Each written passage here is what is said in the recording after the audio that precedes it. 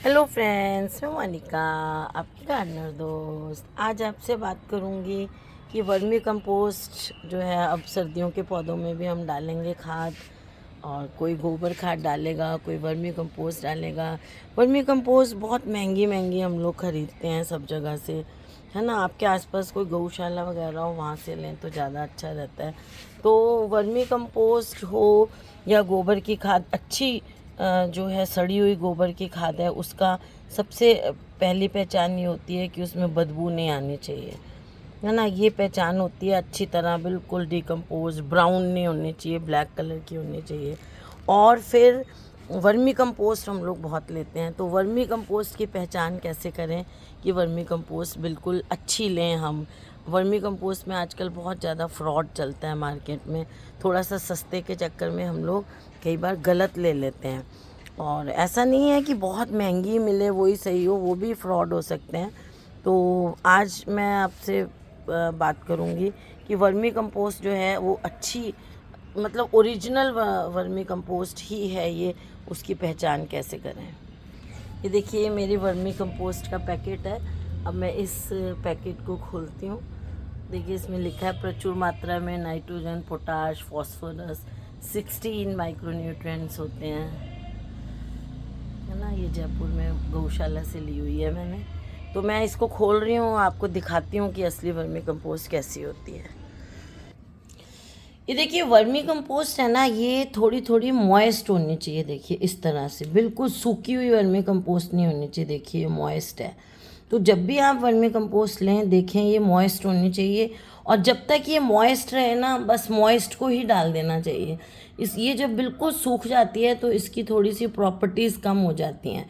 तो इसको जो है वो हल्की सी, ये सबसे बड़ी पहचान है। अगर बिल्कुल सूखी सूखी है तो आप उसको मत लें, इसका मतलब वो पुरानी है, अच्छी नहीं है, ड्राई हो चुकी हुई है। वर्मी कंपोस्ट हमेशा थोड़ी सी मॉइस्ट होनी चाहिए इस तरह से। तो इसको मॉइस्ट ऐसी लेनी चाहिए। और इसका कलर जो है ना, ऐसा ऐसा होना चाहिए, ऐसा मिट्टी जैसा, जैसे कि हमारी गार्डन सॉइल होती है उस तरह का। क्योंकि केचुए इसको बनाते हैं, तो केचुए इसमें जो खाते हैं ना, गोबर या पत्ते वगैरह जो भी, तो उनके साथ साथ वो मिट्टी भी खाते हैं, है ना। तो वो यूज़ हो जाती है। दूसरी चीज़, इसमें कोई भी गोबर के टुकड़े वगैरह कुछ नहीं दिखने चाहिए आपको। देखिए इस तरह से बिल्कुल मिट्टी जैसी होनी चाहिए। ऐसा नहीं है बीच में कोई हार्ड गोबर का टुकड़ा दिख गया या कोई कुछ दिख गया, ये चीज़ इसमें बिल्कुल नहीं होनी चाहिए। अगर इसका मतलब है कि ये अच्छी तरह से डिकम्पोज नहीं हुई है, अगर ऐसा दिख रहा है, या फिर उन्होंने ऊपर से कोई गोबर वगैरह मिला दिया है, इसलिए जब को केचुए ने उसको खा लिया तो उसके बाद उसमें कुछ भी ऐसे पार्टिकल्स नहीं होने चाहिए, बिल्कुल ऐसी स्मूथ होनी चाहिए इस तरह से, है ना। ये ठंडी खाद होती है क्योंकि केचुए इसको खा के बनाते हैं।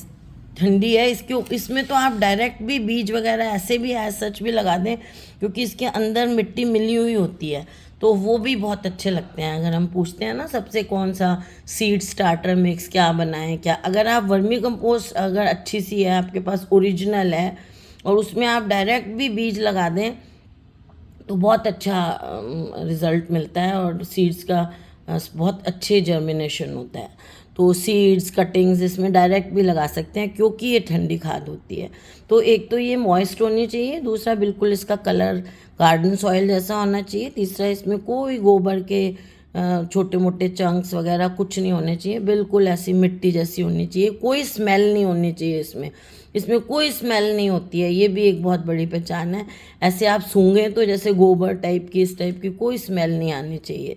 तो ये बिल्कुल जो है वो ऐसी होनी चाहिए, स्मेल नहीं होनी चाहिए इसमें। तो ये इसका नेक्स्ट फीचर हो गया। तीसरी चीज़, जब आप इसको देखिए ऐसे पानी में घोलते हैं तो ऐसे ये मिट्टी जैसे घुल जानी चाहिए इस तरह से। देखिए ऐसे ये मिट्टी जैसे घुल जानी चाहिए, है ना। ऐसा अगर आप, कई बार होता है, मैं एक बार ले आई थी तो उन्होंने मैं जो रेगुलर देखते हैं, पता नहीं कितनी बार बता चुकी हूँ, वो सोचेंगे बार बार रिपीट करती हूँ, लेकिन मैं सोचती हूँ जो नए व्यूअर हैं उनको भी पता चलता रहे बात, कोई एक दो भी जुड़े, चार जुड़े, उनको नई चीज़ जो छूटनी नहीं चाहिए उनको भी कुछ। तो कई बार क्या होता है, ये लोग गोबर को, पुराने जो सूखा गोबर होता है उसको पीस के थोड़ा सा पानी और मिट्टी के साथ उसको मिक्स कर देते हैं कोई मशीन वगैरह में, और उसको कह देते हैं ये वर्मी कंपोस्ट तैयार हो गई। मॉइस्ट पानी हल्का सा मिलाते हैं, मॉइस्ट कर देते हैं, गोबर को पीस देते हैं, ड्राई गोबर को। ऐसी ही खाद एक बार मैं ले आई थी, तो वो वाली खाद जो होती है ना वो फिर ऐसे पानी पे तैरती है। देखिए अब ये जो है, ये देखिए ये पानी पे, ओरिजिनल जो वर्मी कंपोस्ट है वो पानी के ऊपर तैरेगी नहीं। आप पानी में घोलेंगे बस पानी में मिक्स हो जाएगी या नीचे बैठ जाएगी हैं, लेकिन ये बिल्कुल भी ऐसे ऐसे नहीं, ऊपर नहीं तैरेगी। जो सूखा गोबर पीस के बनाई हुई होती है ना वो ऊपर तैरती है, तो वो ऊपर पानी के ऊपर ऐसे तैरती रहेगी। तो इसकी एक ये बहुत अच्छी पहचान है कि जब आप इसको पानी में घोलेंगे तो ये ऐन अच्छी तरह से घुल जाएगी। नकली होगी तो पानी के ऊपर तैरती रहेगी, कुछ उसके ऐसे बिंदियाँ बिंदियाँ सी। देखिए अब ये बिल्कुल नहीं है इसमें, पानी में बिल्कुल घुल चुकी है ये पानी में, है ना। ये थोड़े से पार्टिकल, इनको भी मैं ऐसे हिलाऊंगी, ये भी पानी में अंदर बैठ जाएंगे, क्योंकि इसमें सूखा गोबर नहीं है, ये अच्छी तरह से बनी हुई वर्मी कंपोस्ट है। तो ये जो मैंने 3-4 पहचान आपको बताई ये वर्मी कंपोस्ट की होती है। और वर्मी कंपोस्ट जब तक मॉइस्ट रहे तभी तक उसको आप यूज़ कर लें। ड्राई होने के बाद भी ऐसा नहीं है कि वो यूज़लेस है, लेकिन ड्राई होने के बाद उसकी प्रॉपर्टीज़ थोड़ी कम हो जाती हैं। तो हम जब तक वो मॉइस्ट है तब तक ही यूज़ कर लें। अब देखिए जैसे मैं कहती हूँ ना, ओवरनाइट खाद को भिगो के उसका पानी दें, तो देखिए ये इसको आप 1-2 घंटे भी भिगो के इसका पानी दे दें, फिर दोबारा भिगो दें। जैसे सुबह आपने भिगोई, शाम तक इसका पानी दे दें, रात को फिर पानी इसमें डाल दें ओवरनाइट भिगो के, फिर इसका पानी दे दें। तो इस तरह से ये देखिए इंस्टेंट तैयार हो जाती है। ये तो इंस्टेंट ही तैयार है। जैसे अब ये बन गई है, ये खाद मैं लिक्विड पौधों को दे सकती हूँ।